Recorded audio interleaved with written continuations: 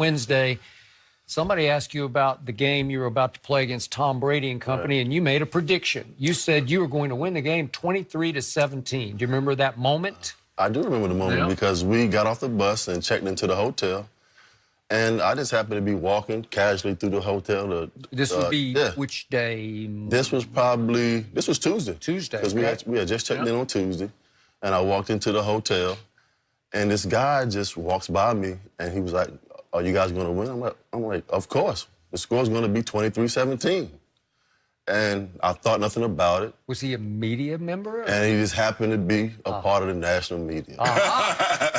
And I woke up the next day, and my phone was buzzing and ringing. And they're like, "Man, what did you do?" I said, "I didn't do anything." And I turned the TV on, and it was like international headlines. But, hey, I projected 23-17, and then the score ended up being 17-14. But they ain't even get to 17. But the punchline of the story is then, of course, Tom Brady was asked about Plax's prediction, and he laughed out loud and said, "Oh, we're only going to score 17." And he made a joke about at least he could have made it 45-42 to give us some credit, because that was the 2007 Patriots offense, which had averaged 37 points a game. So how fearful were you going to practice the next day or whatever? Did you? We weren't fearful at all because but how about you with your teammates? Did anybody? Oh, no, we weren't fearful at all. I mean, everybody just kind of rallied behind me, and our mindset was, listen, we just played these guys a few weeks ago in Week 16. Yeah. And our mindset was, don't turn the football over and don't beat ourselves. And we had one interception, and they ended up kicking a field goal when we threw that interception, and they ended up winning that game by 3 points. Yep. So, and it had been 38-35 at your place in the final regular season game, which gave you a feel for, wait a second, we can hang with them, right? Yeah. Because we really didn't we didn't have to play our starters because we were had already clinched going down the wild card, going to play Tampa Bay, and our mindset was, hey, we're gonna go out here and play this Week 16 game and try to win. I mean, we wouldn't take in the backseat to anybody. So Brady goes down and scores, and it's 14-10 with a couple of minutes left. Right. Hit Randy Moss, as you would predict he would. Right. And then all of a sudden, Eli pulls off what I consider the luckiest play. Why do you keep calling it luck, Skip? Well, because every time I sit with you at this table, man, you keep calling it luck. He agreed with me. Man. Where were you on the helmet catch play? Well, I was actually on the backside, clearing out on the backside of the double team. I just seen him reel back and throw the ball, and I was like, no. In the middle of the field. In the middle of the field. And David Tyree ran the wrong route. So. Did he? Absolutely ran the wrong Where was he supposed to go? I don't know, but he wasn't in the right place. Okay. And then what was your reaction when it sort of stuck in his helmet? I actually couldn't believe it. I actually didn't see the helmet part of it until on the Jumbotron because I couldn't see the actual helmet catch where I was at. But when I saw it, I just couldn't believe it. You're like, yeah, we're going to win the game now. If he catches the ball on his helmet and Rodney can't get it out and it doesn't touch the ground, oh, yeah, we're going to win this. Asante Samuel drops an interception. Which he does not do. He does not do. And we catch that ball. And I tell everybody that Rodney Harrison, I think, was one postseason interception from being the all-time leader in interception. Right. So he went for the football. He did. I think if Rodney Harrison just runs underneath David Tyree, he doesn't make that play. Right. But Rodney Harrison wanted that pick. And then a couple plays later, you do not drop the ball. You catch it. Do you remember which route you ran? It was just an X-fade. Against bomb blitz? Yeah, it was cover zero. I just couldn't believe that they would put me in a situation at the end of the game and go zero coverage. You remember who was on you? Oh, yeah, Ellis Hobbs. How can I ever forget?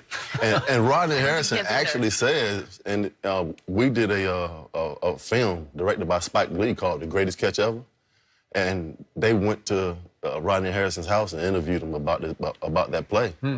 And Rodney Harrison actually went up to the late Junior Seau and said, hey, man, we got to check out of this defense. Really? And Junior Seau was like, man, I can't check out of it. Because on your play. Yeah, and Rodney Harrison knew that it was single coverage zero. And I was watching film with Ellis Hobbs all week, and he backs it to the goal line and stops his feet. And I said, man, listen. Expected the ball to come out. Yeah. Expect you going to run slant. Because most people, Yeah, if he stops his feet on the goal line, like I've been watching on film for the last 2 weeks, I'm going to just run clean. Did you make eye contact with Eli before the snap? No, when I broke the huddle, he grabbed me. he said, hey, if you get single coverage, I'm throwing it. Oof. And I was like, all right. I said, man, listen, they're not going to single cover me right now. And it was worse than single coverage. It was zero. Oh, it's so cool to think about. Well, that's zero coverage, Skip, and let people know we call it bomb blitz zero coverage. There's nobody in the middle of the field. No help. Everybody's man-to-man, they're coming. And that's why Rodney wanted to check out of it, because in a situation like that, you don't want to make the throw so... The throw is so easy. Plex is 6'5". Ellis Hobbs is 5'8.5", 5'9". Yes. And so even if you make it a jump ball situation, it doesn't favor him. Now, Plex ran the X fade. He can run the slant. He stopped his feet anticipating the ball's coming right now.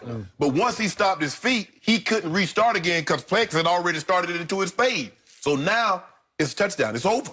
Yeah, so he's basically using the sideline as a man. Yep. And there's no inside help. How surprised are you, looking back at that game, that same number 12 for New England is still at it in Foxborough and going to Kansas City? I'm not surprised at all, to be honest with you. I've been playing against Tom Brady at Michigan State in Michigan since 1998. And I've been watching him perform these miracles and go out and perform at a legendary level for the last 20 years. And, you know, he just has a chip on his shoulder that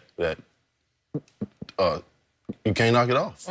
8 straight AFC championship games. That's unbelievable. Those things don't happen in this business. No. 8 AFC championship games in a row. Can you see him playing till 45 as he says he will? I believe him. I believe him because they will find a way to protect Tom Brady. If you protect him, I don't see him slowing down anytime soon. And me and Tom Brady was in the same draft in 2000. And we were the last 2 guys playing from my draft. Out of 255 players, we were the last 2 players, and he's still playing. He's still playing. Can you imagine that? He's still playing. And the quarterback who threw you that football to win that game, Super Bowl 42, is still playing for the New York Football Giants. He is. And you Not very well, I might add. I knew that was coming. What did you see from Eli this year, and what do you think about his chances next year? From what I'm hearing and from what I understand, he's going to come back and play another year. That's what I'm hearing, and that's what I understand. But they have to find a way to protect him first and foremost. Because if you can't protect him, then he can't go out and perform. Right. I mean, we all see that. And Saquon Barkley, I mean, who knew this guy was going to be that good? Odell Beckham, we got to get him back on the field healthy. They have generational talent, but at the quarterback position, we just got to find a way to solidify that position, protect them. And my mindset is if Dwayne Haskins is available at the 6th pick, we got to take him. You got to go there? What about if Kyler Murray's Baylor? I say Dwayne Haskins is a better fit for that offense. And I can't completely disagree with what Coach Shermer's old school drop back conventional. Dwayne would be a better fit for them. But listen, if you put Kyler with Saquon and Odell, New York would go crazy. Yeah, the college game is slowly but surely becoming the pro game. It is. I mean, case in point, Lamar Jackson. You look at the Baltimore offense before Lamar was implemented in that offense.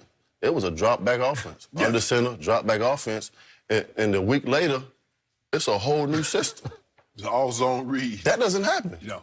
A whole new system was put in when Lamar Jackson came into that offense. So it may happen. Kyler Murray may end up at the New York Giants, but from a passing standpoint, with Sterling and Evan and Odell, Haskins. You have some familiarity with Pittsburgh. What do you think about the situation that's going on with AB, Antonio Brown? It's a lot of things going on behind the scenes, from what I understand. I actually talked to Antonio last night. Did you? And just trying to, see where he's at mentally, just trying to tell him to stay sane. And it's a lot of, pieces, people are saying this and that. And I'm just telling them, hey, man, just stay sane. And, he's going back, him and Emmanuel are going back and forth. They are. Twitter, like, those guys used to be so tight, and you hate to see those kind of things going on. And Mr. Rooney, I guess Mr. Rooney came out and said he didn't see him in training camp in August. So I don't know what's going to happen, but the Pittsburgh Steelers are going to be the Pittsburgh Steelers. The standard is the standard. I had the opportunity to play there 7 years, and they're not going to bend for anybody. So gut feeling he's gone next year? I don't know. I don't know where they go offensively if he's not there. What you mean where they go? They got Juju. James Washington, they drafted him. You know where they going. You just said it. The standard is the standard. They gonna move on. The standard is the standard, but I don't know. I just don't know. I don't know if he's going to be there or not. If Mr. Rooney says he's not, then he's not. But you just don't know. And it doesn't feel good to hear that either from the guy that's supposed to be supporting you. Either way, so good to have you today. Really interesting. Good stuff. Love going down memory lane and watching that one. I know it was painful for Skip over here, but Well, it's just the lucky sketch. good to have you. And best of luck this weekend. Make sure to check out Plaxico in the NFLPA Collegiate Bowl this weekend, Saturday on FS1. And we'll be right back.